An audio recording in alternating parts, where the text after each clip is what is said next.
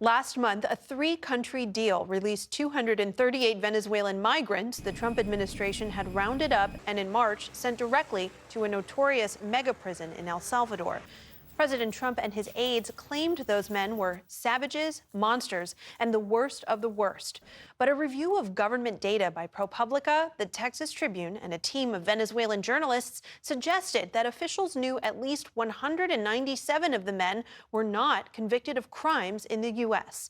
We reached out to the White House for comment. White House spokesperson Abigail Jackson said, quote, "The Trump administration is grateful for our partnership with Salvadoran President Nayib Bukele to help remove the worst of the worst violent, criminal, illegal aliens from American communities. Now some of the freed men are speaking out, saying they endured physical and psychological abuse while locked up." This is Juan Jose Ramos Ramos. Tuvieron muchísimo que intentamos quitarnos la vida allá adentro. Decíamos, yo prefiero morirme o suicidarme yo que seguir viviendo esta experiencia. Que todos los días te levantaran a las 4 de la mañana para decirte groserías, para golpearte. ProPublica's Melissa Sanchez is one of the authors of this report. Melissa, thank you so much for joining us. We just heard from Juan Jose Ramos Ramos talk about how he wanted to end his life rather than stay in this prison. Was that a common sentiment that the men you spoke with voiced? Yes, it was, unfortunately. I spoke with 6 of the men who were released a week and a half ago now, 2 weeks ago now, and every single one of them said that at some point while they were there for 4 months in that prison, they thought about killing themselves, that they wished that they were dead instead of continuing to be tortured. And that was the word that they used over and over, torture. And how did they describe the conditions in the prison?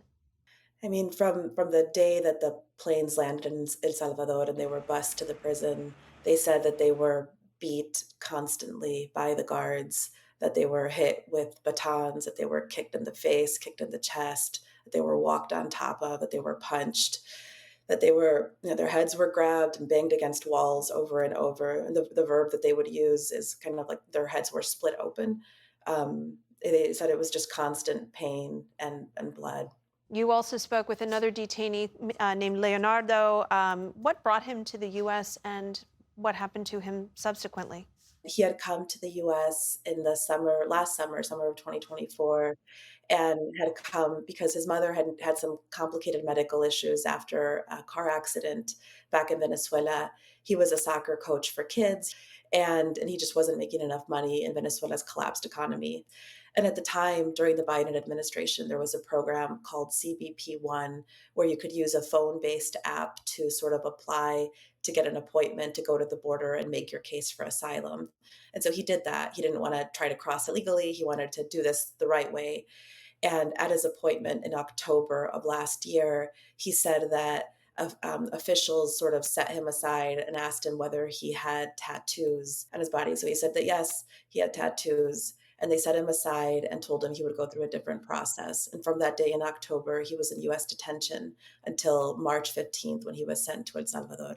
And Melissa, one of the things that's interesting about what you just said is that Leonardo started having issues with ICE under the Biden administration. They took him aside for having tattoos, which seems similar to what we're hearing the Trump administration do, although, of course, Biden did not then deport them to third countries.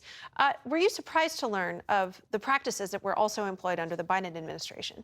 No, I mean, this is something we've been hearing for some time. There is an issue when people are coming in from a country with which we don't have diplomatic relations, that it becomes difficult for immigration officials to really vet their criminal backgrounds. And so, what I've been told is that because this was the case with Venezuela, that officials at the border ended up using whatever they could to try to decide whether to let somebody in or not.